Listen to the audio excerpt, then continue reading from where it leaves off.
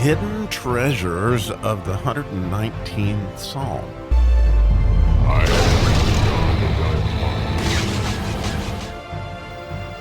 Oh, I do love the miracle verses. And how about the miracle verse for the mem? How awesome is that? We get to study that today, which is verse 104, the 8th verse in the mem section.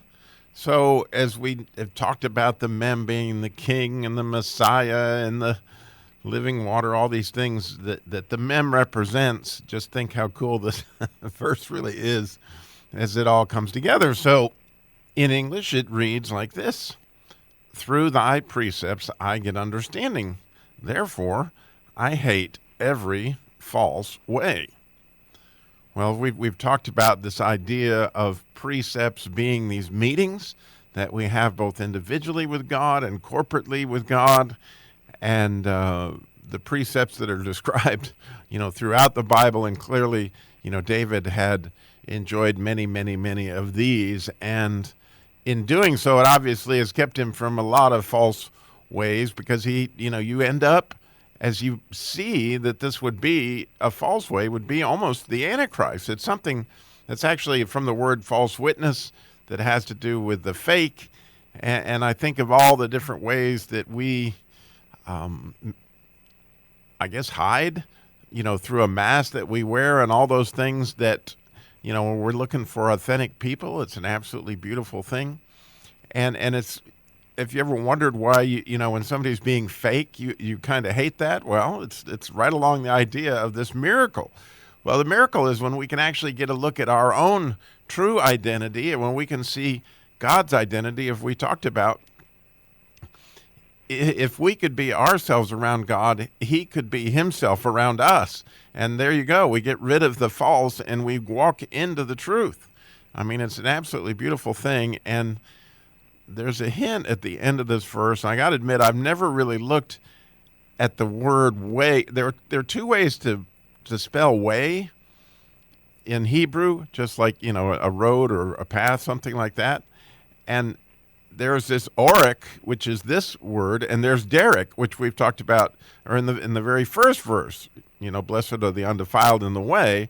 Well, that's derek. Well, here we've got oric, which is very similar. The derek starts with a dalet, which we've studied that letter, which is a humble servant, but the oric starts with an aleph.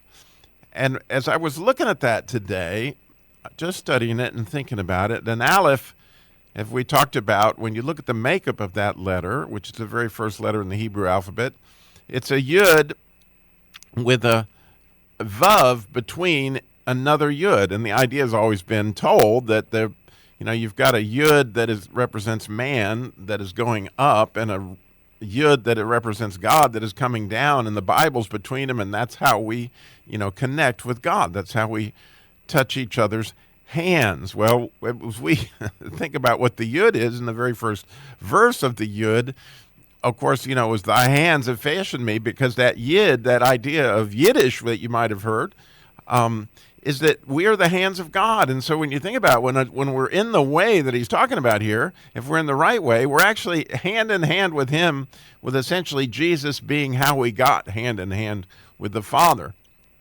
And what a miracle that, just that is in itself is a miracle, to be in the way, right?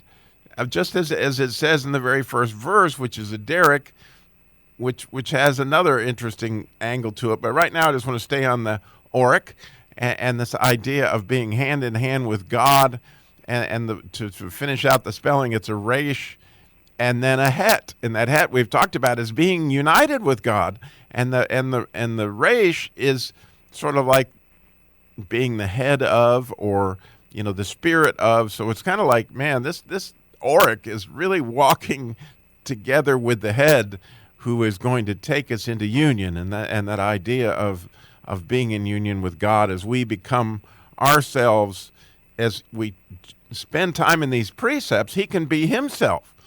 And so interestingly, is to set up the nun, which is the next letter. It's so beautiful that Jesus is the way, okay? He is the way, the truth, and the life. And so it's kind of cool that here we've got a king who doesn't want you to take the wrong way. You got to go the right way, and the right way, obviously, is being hand in hand with God. Well, one time I was deer hunting, and I got so entranced with chasing a deer, as you might, that I got myself lost. I was way in the away from Troy, North Carolina, in the wilderness up there, and it was, I don't know how many square miles that we could hunt up there, but it was a huge piece of property, and I had probably spent 2 hours, trailing what I thought was a deer that I could get, but instead I got myself lost. Well, back in these days, the cell phones weren't so good, but I had one, and so I climbed up to the top of the highest hill I could find, and I finally got enough coverage to make a cell phone call to the person who I'd leased the land from to hunt from, and explained my situation. And he said, well, can you see, because that land had been cut, the good wood had been cut out and they had replaced it with pine trees. And he said, so can you see the line between the hardwoods and the pines? And I said, yeah. And he said, well, then it's easy to get out. All you got to do is keep the hardwoods on your left, keep the pines on your right. This is the way that you're going to get out. Hardwoods on the left, pines on the right. Just keep on that line right there, and eventually you'll come out to the road. Well, I started that way.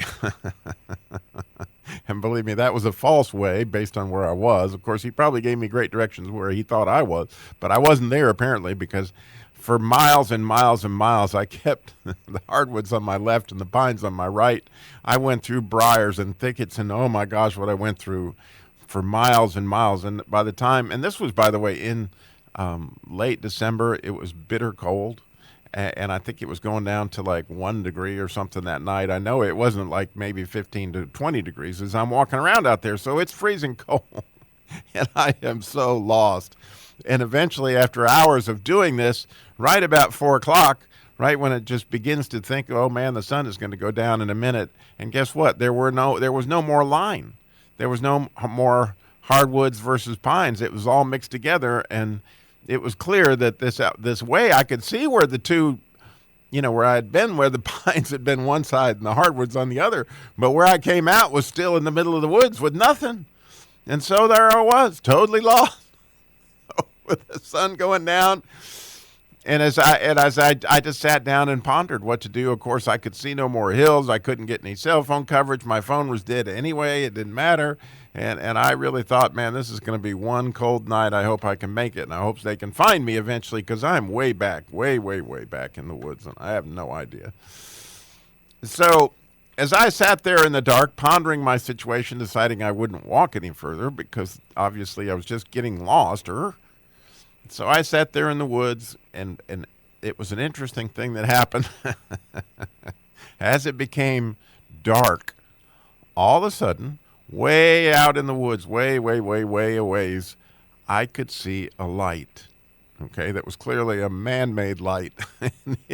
It was probably in and of itself maybe 2 miles away, but it didn't matter because it was the light, right? And it was the way. I'm going to just tell you, man, I saw that light, and you know what? It's pretty, even in the dark, you can see where that light is, and you can go in that direction. Of course, I had no flashlight. My phone was dead, so you're walking in the woods a little dangerous, but nonetheless, I saw the light. And believe it or not, that light was a house that was on a street. But that street was not paved, and there was a long ways to a regular road, and it was a long night ahead of me. But nonetheless, I did get out of there as a result.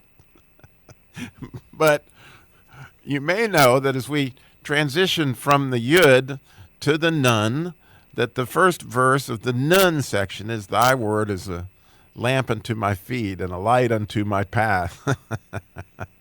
And so you can see the wonderful transition here between the idea of the Mem and the Nun, which is so much fun as we get into that. But the miracle of the light that came into the world, okay? It's such a miracle that it's unbelievable. And so I will leave you with that as we get ready to go into the Nun section. I've enjoyed the Mem so much, and I love the way that it ends, that as we grow in that relationship, those precepts where we are meeting or we're having our meetings with Christ, that he is teaching us, because right, he is the way, he's the truth. And so when we get a good look at the truth, we get a better idea, what's false. You've heard the old saying that, the best way to understand currency and make sure you don't get a counterfeit bill is to study the authentic. Well, the beautiful thing for all of us as we study God's word in this 119th Psalm, and wherever you're studying today, whatever part of the Bible you're studying, by studying it, you're seeing the authentic, right? And it's going to help us to see, just like the Psalmist talks about, every false way. Thanks for listening.